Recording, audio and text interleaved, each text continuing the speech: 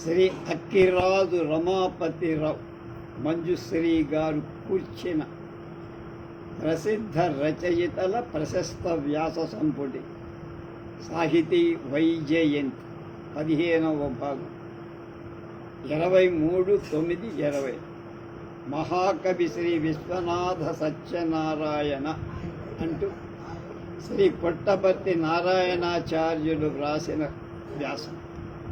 అది స్తబ్ధరాత్రి, స్తబ్ధతర ప్రకృతి. విశ్వనాథ సత్యనారాయణ గారు తాము రచించుతున్న రామాయణ కల్ప ద్రుమమును చదువుతుండే నేను పరమసుడనై వినుతున్నా. తీయదనకు వేదనచే తూగాడు వారి గొంతుకలు పద్యములు గలగలలాడుతున్న కొలది నా హృదయమున భావములు నెల్లులు చీలుతున్న. చదువుచుండినది ఉత్తరకామేష్టియాగ ఘట్ కర్మభూమిలోని ఘనత. అది లేదే అని రాపాడు రచయిత దుఃఖం. యజ్ఞభూమిలోని పావిత్ర్యం, నాటి శాంతికే వైకారు కవి మనస్సులోని ఆకలి, అలపత్యుడైన దశరథుని వేద, అందులో దాగిన కవి నా భావనేత్తరం ఎదుట ప్రత్యక్షమగుతూ ఉన్నాయి. చదువుతున్న వారు ఆవేశంలో ముందు వెనుకలకు చూడటంలా నాకు వేళయే తోచట. అర్ధరాత్రి మీరని కళకు వారు కన్నీటితో పక్కున పగలబడినారు. అవును, మన దేశమునకేదియు అక్కర్ల, ఎడద చచ్చిన జాతికేమైన నిందులం. మనది అనుడదంతయు గతించి నేడు మిగిలిన నన్నియు దాని జీర్ణ చచ్చిపోవుతున్న జాతిలోని చివరి మెరుపుడు మా గొడవలు వినువారెవ్వరు అన్న. ఆ అనుట నా హృదయాన్ని ఒక్కసారి ఉర్రూతలు తల పైకెత్తి చూశాను.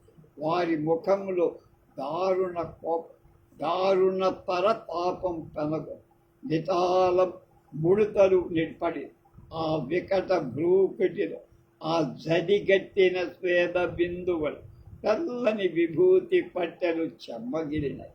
విశాలాలై జ్యోతిష్మంతాలైన కన్ను ధగధగ వెలగదొచ్చి పిలక కంపించిపోయిన శరీరం ఆపాదం చూడం భావనావేశం దూగాడుతున్నది.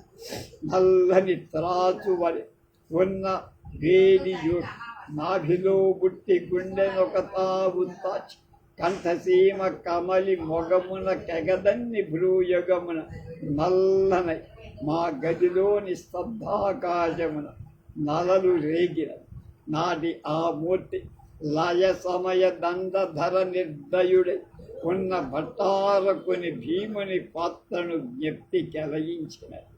ఆ జ్యోతి స్వరూప నెదుట నేను పురుగునై నా అస్తిత్వమునే కోల్పోదునా అని భయమై చకితుడనై దీనుడనై సత్యము కానీ మిథ్య కాని ఆ మూర్తికొక్కసారి నమస్కరించుకొని నేనేమియూ బదురసగల. వారి మాటలే నా గుండెలో సుడులు తిరగనారంభించిన. రామాయణ పఠనమాగినది. బరువగు ఎడతో మారింటికి వెళ్ళినారు. అతని వెంబడించు సామర్థ్యము నాకు లేదు. ఆ స్పర్శ అగ్నికణం, తీవ్ర బాధ, దారుణ తపస్సు. అతడొక చిత్రమానవుడు, విశిష్ట వ్యక్తి. ఆ హృదయమునకు విషాదమే పరివేషం. సుఖములో ఒదిగిన దుఃఖం, సుఖములో ఒదిగిన దుఃఖం, జ్ఞానములో ఉన్న అజ్ఞానం, సంయోగమునందున్న భావివియో. వీనినే ఆ వ్యక్తి సూచన. తెలుగు నేలలో విశ్వనాథ వంటి పండితుడు ఉండవచ్చు, కానీ అతని వంటి సంస్కారి అరు. వారి భావాలనొక నిమిషమున తాత్కాలిక ఆవేశమున గడ్డకు దొరలినది. మరి అనుభవమును త్రేతాగ్నిలో వ్రేల్వబడిన హవిస్సుల ధూమ. అతని జీవితం అగ్నికొండ. కడుపులో ఎదలో కుంగి కుంగి ఆ దుఃఖమును పట్టలేన వహిని పర్వతం లావారసమును ఒక్కసారి తన రచనల బయటికి ఉమిడి ఆ మానవుని చూచినప్పుడు నిజముగా ఇతడెప్పుడైనా నవ్వునా అను సందేహం కలు. ఆ మహాకవి జీవితమంతా కష్టాల పెంట. కష్టములనగా బహిరంగం మాత్రమే కాదు, ఠాగూరు కన్నా భోగి లేడు, అతని కన్నా మదన పడినవాడు కూడా లేడు. మరి కష్టమనగా సత్యమును గూర్చిన ఆవే. ఈ తెగవారికి ప్రపంచమంతా సమస్యలే, అన్నియు ఆ ఆవేదన. సత్యనారాయణ గారికి ఈ ద్రోవయే పట్టి ప్రపంచమంతా పాశ్చాత్య నాగరికత బద్ధమై తన వ్యక్తిత్వాన్ని పూర్తిగా నాశనం చేసుకొని ప్రళయోన్ముఖమైపోయి మానవునకు మానవత్వంపై విశ్వాసం లేదు. ప్రాచీనత అనే దానిలోని మహత్వం నశించింది. పై మెరుగులు ప్రియమైనాయి. తెలుగు నేలలో తెలుగుతనము లేదు. ఆనాటి కోతి కొమ్మ చెడుగుడు, కత్యాల, మల్ల యుద్ధాలు ఏవి? ఆ రమణీయ సౌందర్యాలను ఆకాశ సౌధాల వలె మాయమైపోయాయి. పుట్టగొడుగు మతాలు, అధికారం లేని స్వాతంత్రాలు గతే, స్త్రీత్వం లేని స్త్రీ, మగతనం లేని మగవాడు. ఈ రాక్షస విలాసాలు ఇదియేనా పరమార్థం? ఈ భావాలచే బ్రతికే బంధమైపోయి జీవచ్ఛవమై పోతున్న సమాజాన్ని చూసి కుంగినాడాయి. కన్నీరు కాచి బావురుమ. దీనికి తోడు దరిద్రం. మా స్వామిలో 70వ పద్యం.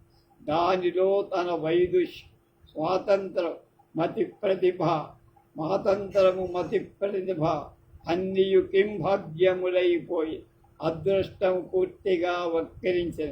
చేతికందిన పండు నోటి కందుట లేదు అని మా స్వామిలో 43వ పద్యంలో ఆయన బాధపడు. ఏ పని చేయబూనిన తనకన్నా ముందే అక్కడ శని ఆవేశించదు. బ్రతుకునకు ఫలాపేక్ష తప్పద. ఆత్మ స్వాతంత్రం పడనివ్వదు. ఈ రెంటి నడుమ పడలేక కళకు ఆశ్రయించిన యాచన గొంతులోనే నిలచింది. స్తుతిపరమైన ఈ సమాజాన్ని అతడి వేద అర్థం కాదు. ఎవ్వరూ ఆదరింపలు. చీ కొట్టుతున్నారు. వైరాగ్యమే శరణ్యమే. కానీ వెంట ముడిపెట్టుకున్న తొడుగు కంప వంటి ఈ సంసారం గుండెల లోతుల దాకా పెనవైచుకొన్న ఈ మమత, ఈ తెగువలేని హృదయం కుమిలి కుమిలి కులదైవమైవ విశ్వేశ్వరుని ఆశ్రయించ. ఆ శిలామూర్తి పలకల తన మొర దేవులకు కూడా కాబట్టలేదా? నావలే ఈ దైవం కూడా తీవ్రేషావ మదసూయ వాంఛాదుష్టాత్ముడగున. ఆ ఆది భిక్షునకేమియు లేదనుకో కాకున్న నిమ్మళముగా తనదై దీధికిలోనైనా చేర్చుకొనరారా? నాతో ఈ ప్రళయ నాటకమాడించుటేమి? తాను తమాషా చూచుట ఏమి? నేను కాబట్ట దైవముతో నాకు నామమాత్రం పనేమి పని? పోయి నిన్ను వచ్చిన కాడికే తెగనమ్మెద ప్రారంభని ఏలం పాడటానికి తయారై మా తండ్రి చూపిపోయిన తిరిటిల్లి భోగాలు పండు చేను పలుక వేమని మందలించిన. మనవి ఏడ్చినాడు, అలాగే ద్వేషించినాడు, కౌగిలించుకున్నాడు, తన్నినాడు. దైవమది అంతా నిర్వికారుడై చూచనే కాని పేర్ప. దైవం ప్రపంచం రెండు తనకు ద్వేషులే అనుకొన్న. ఈ మానవుల గోముఖ వ్యాఘ్ర వీరికన్నా తమ నైజ వృత్తిని స్పష్టంగా కనపరచు పెద్ద పులులే మేలు కాదా? వింతల పోరలు విడిగుడ్డు లేని దితి సంతానంబు కంటే ప్రత్యక్ష రాక్షసులు నయం. ఈ అభిప్రాయంతో సర్వంబున్ ప్రతికూలమేమైన యువజంతోచు కోకంబు అని తీర్మానించు. తాత్కాలికమైన ఈ పరిస్థితులు మాత్రమే కాదు అతన్ని బాధించే నిత్యములైన సమస్యలు కొన్ని ఉన్నాయి. సౌందర్యం అచ్చముగా శరీర సంబంధి కాదు కదా. మరి ఈ మానవుడు ఆంగిక సౌందర్యాన్ని చూసి ఏల ఇంతగా మత్తెక్కెదరు అని పనవు పువ్వులు పుట్టుతున్నవి రాలిపోవుతున్నవి ఈ సౌందర్యానికెక్కడ వినియోగం అని ఏడ్చు అప్పులిచ్చిన వారా బాకీ తీర్పలే వానిని పట్టి ఎందుకు బాధించు వారి శరీరం ఏముందు ఏమన్నది వారి భూమికలు రత్నముల అది వాపు మరి ఈ సమస్యలు ఎవ్వరు తీర్చువారు ఎట్లు తీర్చుట ఈ వేదనకు అర్థం లేదు అంత ఈ రీతి నిత్య నైమిత్తకములైన నియమాలను అనుసరించిన వేదనతో బాధపడిన విశ్వనాథ్ ఆ దుఃఖమే కవితయై తెలుగు నేలకు దక్కినది ప్రపంచం మంచి చెడ్డలకు నాటక రంగం ఈ శబలితమైన దృష్టి ఎందుల సృష్టిలోనే సౌందర్యం శాంతి ఉన్నాయి కానీ దానిని అలగించుకోవలనన్నదు సామాన్య శక్తి చాలు మన వాంగ్మయమునంతా వెదకినను నాకు కనిపించినదు ఇట్టివారు కవులలో ఇద్దరు ఒకడు తిక్కన రెండవవాడు కాళిదాసు అందుకే వారిరువురి జీవితమంతా హాయి పూల తేరుపై కదల ఒక్కొక్కసారి కాళిదాసు మదలను ఉదార్చినప్పుడు ఆనంద చకితుల మగుల ఆ స్పర్శ అమృతహస్తం వలెను వాసను లేక రంగు మాత్రమే మిగిల్చుకొన కొండ గోగులను చూసి అతని మనస్సును దుఃఖపడకపోదు కళకొక ముక్కతో తను ఓరడించుకొని ప్రపంచాన్ని ఓరడిస్తారు కాళిదాసు ప్రాయేణ సామగ్ర విధౌ గుణాన నరాన్ముఖీ విశ్వసృజ ప్రవృత్తి అని కుమార సంభవంలో అంటారు అప్పుడు ఆ మహాకవి హృదయంలో జగదీశ్వరి అయిన ప్రకృతి మాతయే పలుకుతుందా అనిపించి అంతేకాని భగవద్భవభూతి వాళ్ళ నైసర్గకీ స్వరభిన కుసుమస్య సిద్ధ మూర్ధిని స్థితిర్న చరణై రవతాడన ఉత్తర రామచరితంలో భవభూతి అని తాను ఏచి ఇతరులను ఏడ్పించడు మానవ జన్మంలో ఫలము శాంతి వైరుధ్యాలను సమన్వయించుకొని స్వరూపాన్ని నిలుపుకొనుట అంది నిజమైన మానవత్వము ఏచి ఏమి సాధించినట్టు సృష్టిలోని కొరతను చూసిన సహృదయానికి దుఃఖం కలగటం స్వభావం కానీ సృష్టికి ఒక నియతి ఉంది ఈ నిత్య సత్యాన్ని మనం మరవకు భగవంతుడు ఇచ్చిన దానితో తృప్తి లేని దానికై పనబుట పేరాశగాక మరి పనబుట అనే మాట ఎక్కువసార్లు వాడారు అంటే దానికోసం వెంపర్లాడు పేరాశ కాక మరి ఇది కాళిదాసు వాదం తిక్కనలో ఇట్టి భావాలు అనేకలు కనిపిస్తాయి వారు మనోవశ ఋషిత్వాన్ని చేసాచిన ఈ జ్ఞాన మార్గం ఆపాత కఠినమే కానీ పరమ సత్యం దీనిని అనుసరించడం సులభం కాదు అందుకే కవులలో వీరికి అనుసరణలు చాలా తక్కువ అందుకోవాలనని ఆశ అందరికీ ఉంటుంది కానీ అందవు కూరపు మొక్కులు మొక్కుదురు కనుక దగ్గరికి వెళ్ళి వాళ్ళని అనుసరించడం మన విశ్వనాథ కవి వ్యాస భగవానుడితో ఆరంభమై భవభూతి ఎందు పండిన మార్గమే పట్టి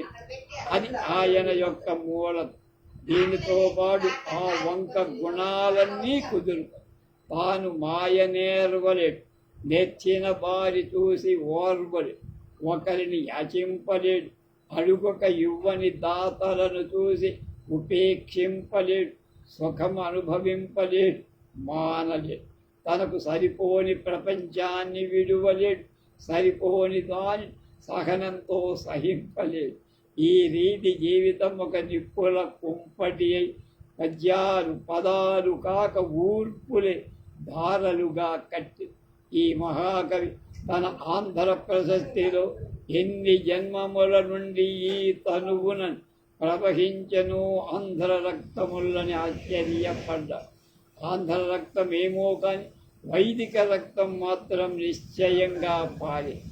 భాస్వన్మత్తితృక్త గౌరవమని సగర్వంగా చెప్పు.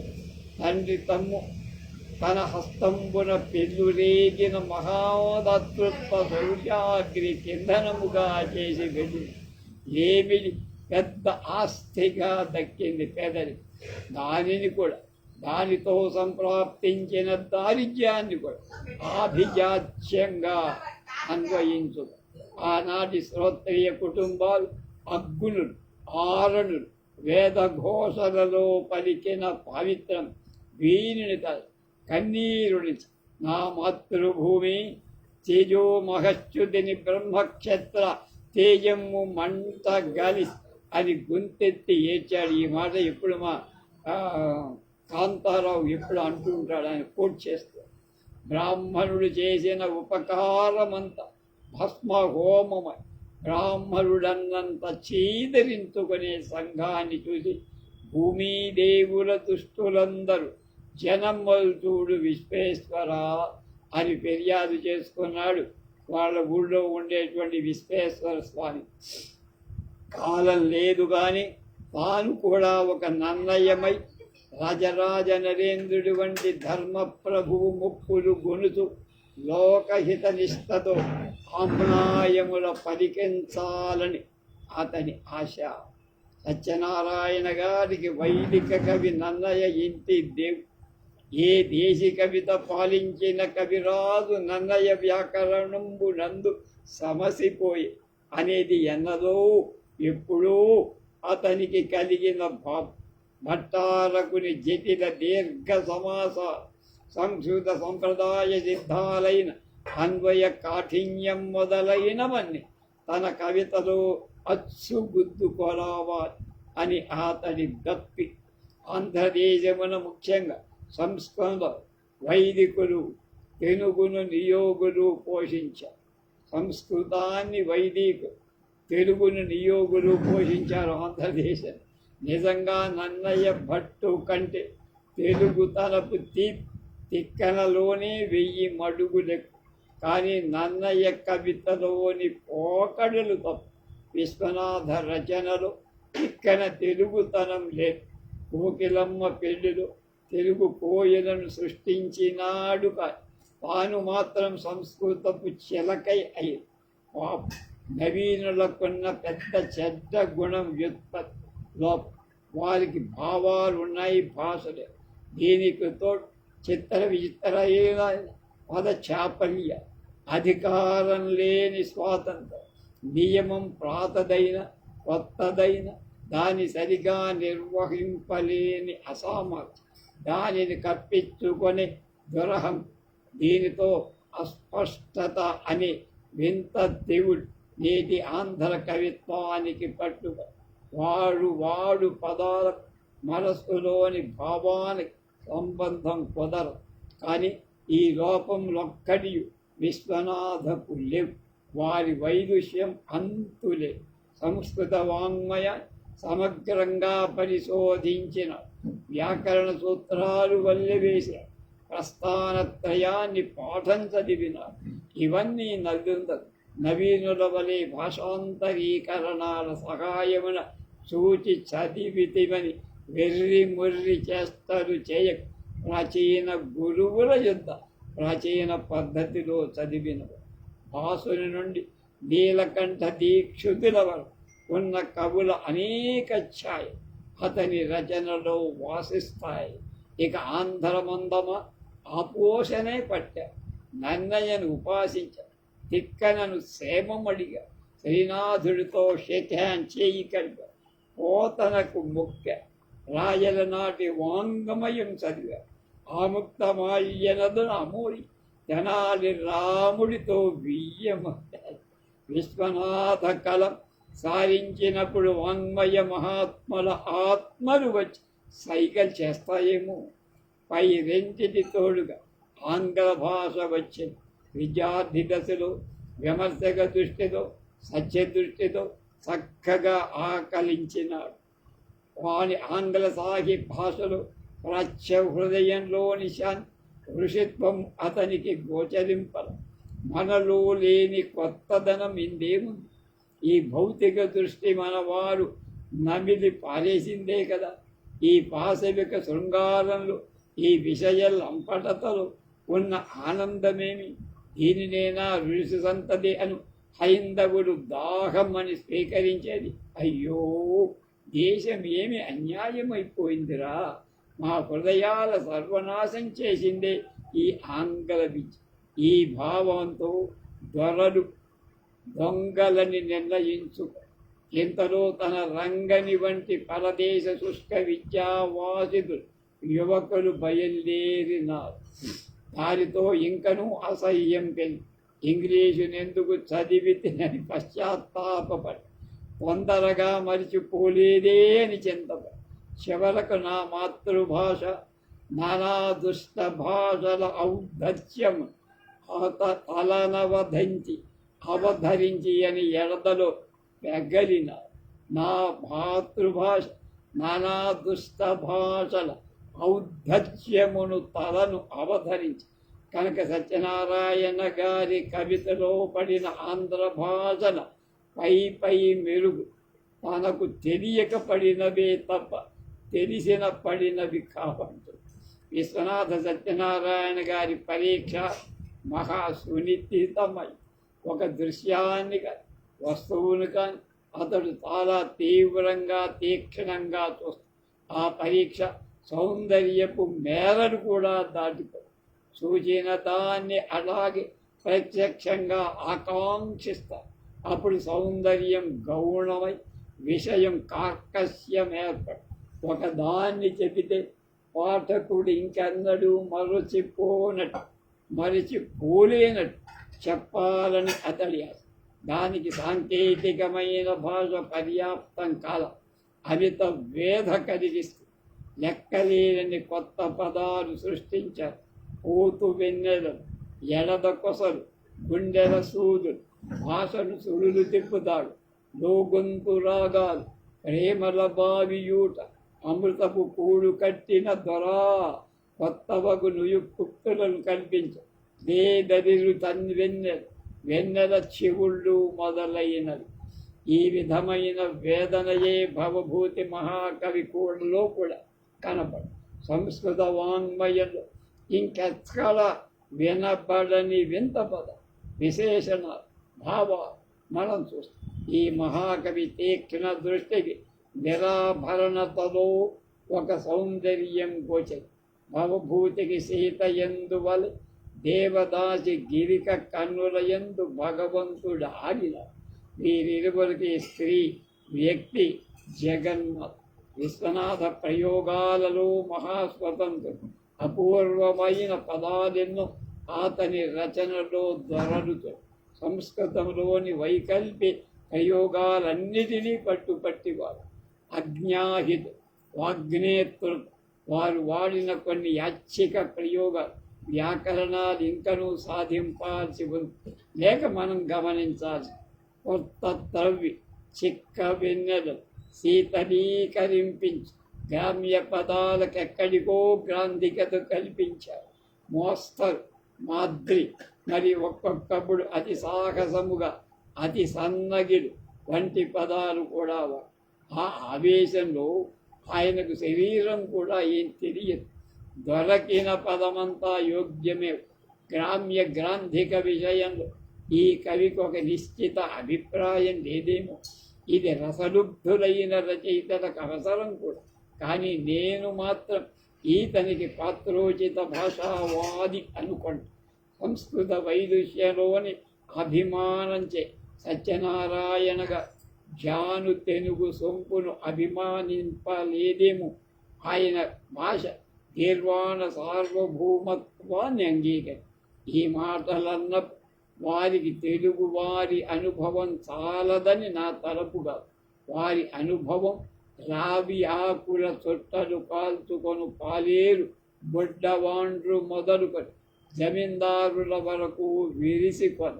కానీ ప్రౌఢత్వం అతనికి స్వభావమై భిన్న భావమైన గొప్ప భాషలో చెప్పుతాడు. చిన్న భావం ఆ భాషా సంధిలో భావబంధాన్ని ఇరికించిన భావం మనకు అందుబాటులో ఉన్న ఎక్కడో ఆకాశానికి అందుకోవాల్సిన పదార్థంగా మారిపోతుంది.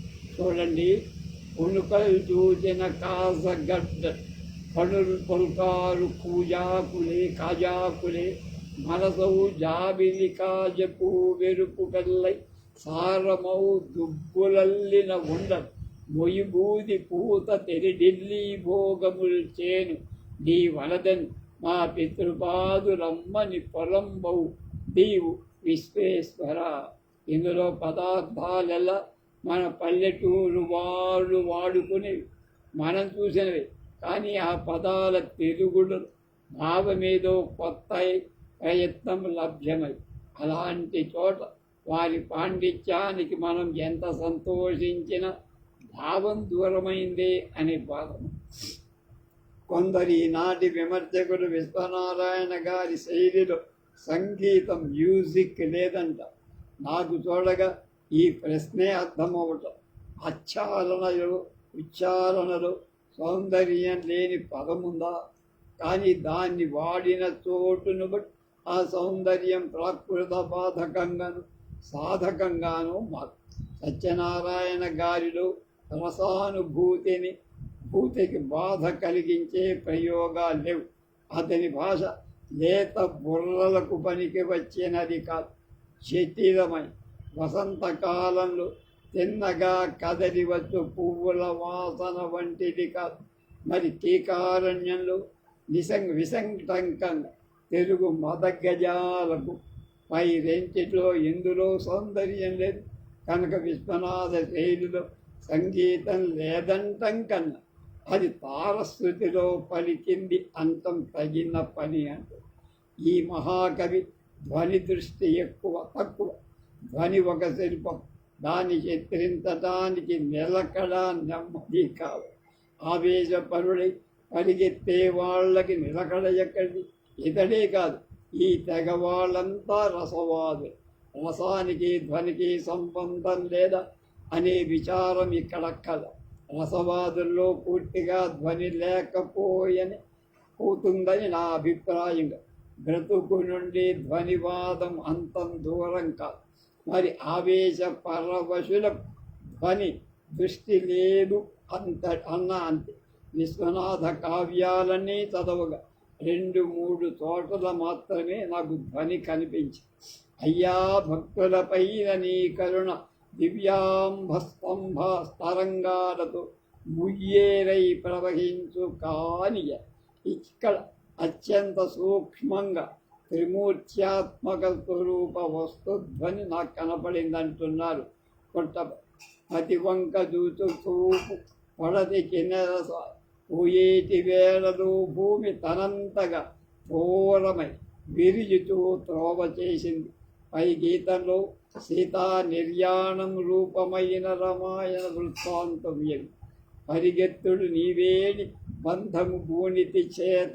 ఇక్కడ శాస్త్రీయంగా ధ్వని అయిన శ్లేషగా అనిపిస్తుంది. ఇతడు ముఖ్యమైన వాచ్యకవి. భావత తీక్ష్ణతపై ఉన్నంత దాహం శిల్పం మీద. సత్యనారాయణ గారి కావ్యాన్ని చదువుతున్న అతనికి నియమితమైన శైలి ఉన్నదా అని నాకు సందేహం. వారి ఉపాస్య దైవమైన నన్నయ్యకే లేదు. ఇతనికి ఎక్కడి నుంచి దీనికి రసావేశమే కాదు. ఈ మహాకవి స్వతంత్రుడు, ఏ పోకడనైనా భాషారంగంలో అతడు సవ్యసాచి, భావములో అతడు భగీరథ. గద్యంలో కానీ పద్యంలో కానీ అతని శైలి విశ్వరూపాల నేతడు. కానీ తాను స్వతంత్రంగా నిలిచి చెప్పేటప్పుడు మాత్రం ఆనాటి భర్తారకుడే మన ముందు ప్రత్యక్షం. కాషాయ రమ్యవల్కల హుతాసన శిఖా సంభివిత సదాస్పత్త సామిధే భువన మోగన హేతు నవపయ ప్రత్యుష సమయ రుచిపూర్ణ చంద్రరేఖ కుపిత శంకర నేత్ర కుహరగ్ని దగ్ధ మన్మథ దేవులకు ప్రాణప్రతిష్ఠ అమిత లావణ్య నీలాకాశ చరచిత నూత్న జలద సకల ఒక్క ఋషికన్యాని సంస్కృత సమాజం నిడుదల మధురాలై వారి యొందొక విధమైన లయ తూకం. ఈ లయ భట్టారకుడి విశిష్టకుడు. శ్రీనాథుడి సమాసాల్లాగా ఆర్భాటం లేదు. సంస్కృత సమాసాలలో మందగతివు. వాటిని ఉచ్చరించినప్పుడు ఆనాటి యవ్వన మదాలసరైన వైదిక కన్యక అలవోకగా గంగా తీరంలో తేలుకున్నట్లే ఉంటారు. పైగా అన్నిటికీ స్వాతంత్రం ప్రభాతారుణమైన మైపూతము. నన్నయలోని బహిరంగ సృష్టి అందులో కలిసి. భట్టారకుని కవిత్వములో సాంస్కృతిక సంప్రదాయాలు ఎక్కువ. అతని పద్యాన్ని ఒక్కసారి సంస్కృత శ్లోకంలాగానే అన్వయింపాలి. అలవాడే సత్యనారాయణ గారికి పట్టి వారి ఆంధ్రప్రదేశ్లో ఆ మధురంపు దృక్కు ఫల మై ఉదయించిన ఈ కుమారు దివ్యామృత వాహిని మధురము పసిపొవ్వుల నందు నిల్పు. ఈ భూమిపై లతాంగి సుతు పుట్టినతోనే గతించిన మునుపు మృగరాజ రూపమును పొందు మటంతులు శాపమిచ్చిన. ఈ పద్యమున్నది దీని సుతు పుట్టినతోనే లతాంగి గతించిన మునులు మృగరాజ రూపం పొందటం శాపమిచ్చిన భూమిపై నన్ను నిలిపాని అన్వయించుకో. ఈ పద్ధతి చూసిన సంస్కృత సాహిత్య సౌరభాల మీద ఎంత పండిపోయిపోయాడో మనం పాఠకులు ఊహించు. నీ కర్పూరపు ఖండము భుజములందింపన్ కదు. ఇక్కడ నీ అనే దానిలో భుజాలతో అన్వయమను. నడుమనున్న విశేషం నీ కర్పూర ఖండాలు అని దాన్ని దాటించి అను. ఆ వసంతారామమ్ముడో పికమ్ములులికన్ ద్రాక్షారసాంపో నిధులు. అక్కడ ఊరుకోనే శబ్దాన్ని వెంటనే చల్లిపోవు అనే అర్థం. అప్పుడు పికమ్ములు అని దాంతో సరిగా అన్వయింపడే. శబ్దరత్నాకరంలో చల్లు పోయు అనే అర్థాలు కూడా ఇవ్వబడే. కాగా ఒలుకు అనే పదంలో ఉలికించు అనే అర్థం ఉన్నదన్నమాట. ఎలా అయినా ఆ ఒలుకు పదానికి జటిత స్ఫూర్తి మాత్రం లేదు. నన్నయ్య సమాసాల వల్లే వీరి సమాసాలు చాలా నిడుదలు పెద్ద. ఒక్కొక్కసారి పద్యంలో 2-3 పాదాలు కూడా తోసుకొని ప్రసరిస్తాయి ఆ సమాసం. శృంగార వీధిలో కొన్ని పద్యాలలో ఒక సమాసమే 4 పాదాల్లో నడుస్తుంది. సాధారణంగా 2 పాదాలైన ఆక్రమింపని సమాసాలు అరు. ఈతని భావాలే చాలా నూతన. సృష్టి అంచులలో ప్రయత్నపడి పదార్థాన్ని తీసుకొస్తాయి. ఓ చలితేంద్ర నీలధనురుజ్వలము అనే తీక్షణ దాహం అతనికేగా. అతను వాడే అలంకారాలన్నీ కొత్త. నూతనత అను పదార్థం లేనిది ఈతడు కాలం పైకెత్తడా అని తీక్షణంగా ఆలోచిస్తుంటే మెదడు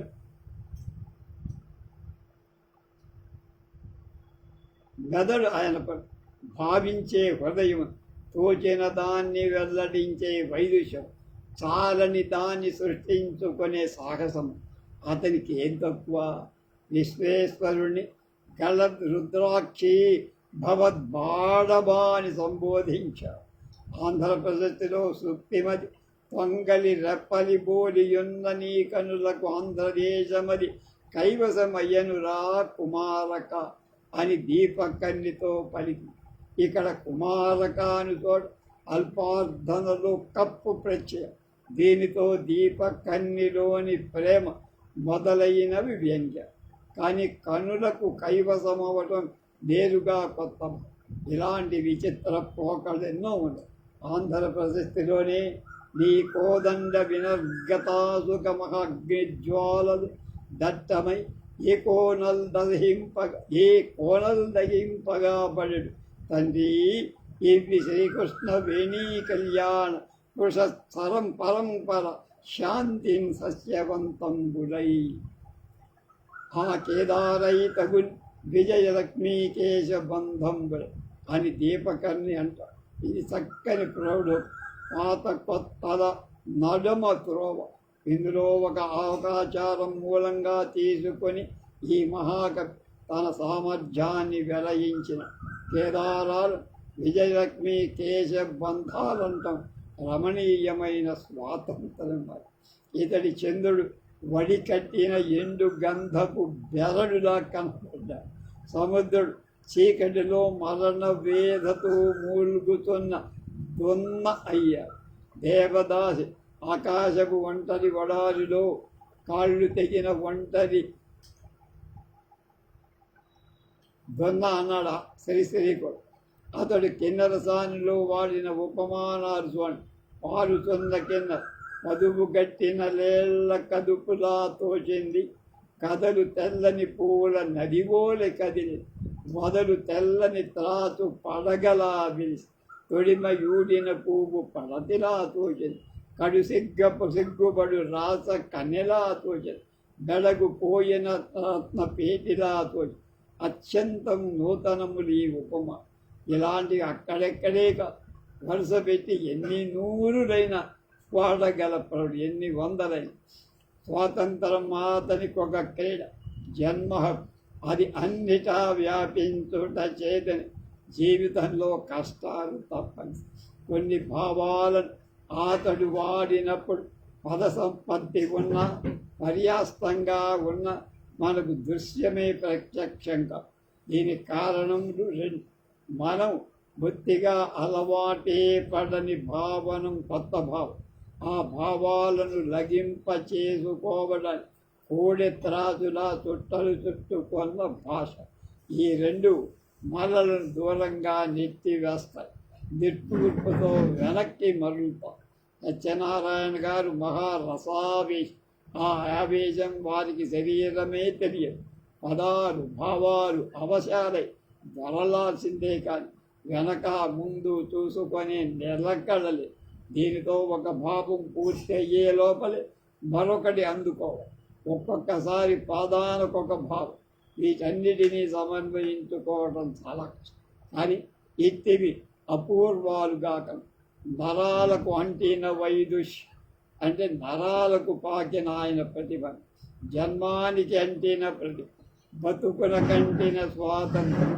మహాకవి తలతడకు ముందే తమంత తామే పైబడి దూకుతాయి చెప్పదు.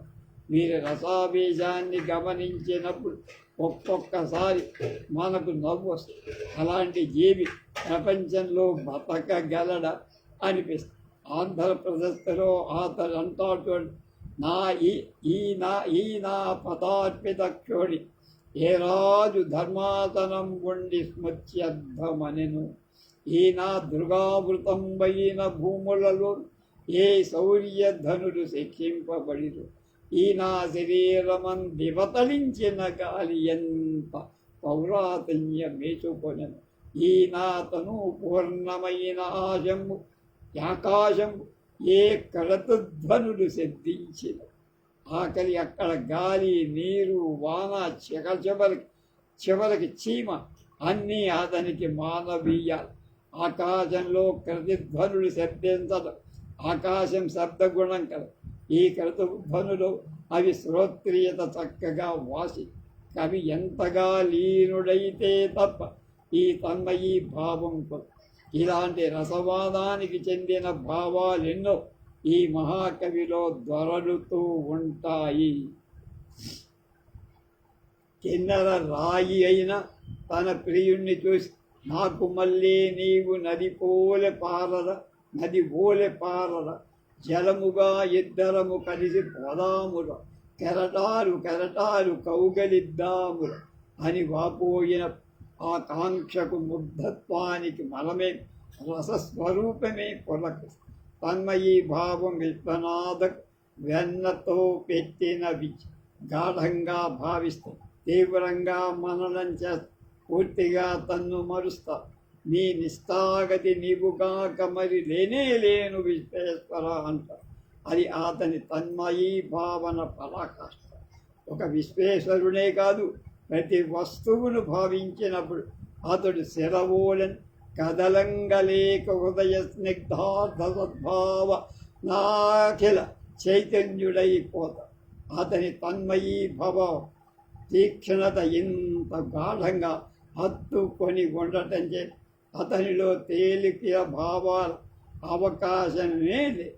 ఏది చెప్పిన గాఢంగా మనస్ఫూర్తిగా వివరిస్తే అతని రాగద్వేష ఈర్ష్య అసూయ గుండెల లోతు నుంచి వచ్చినవే కానీ తెచ్చిపెట్టుకున్నవి కావు.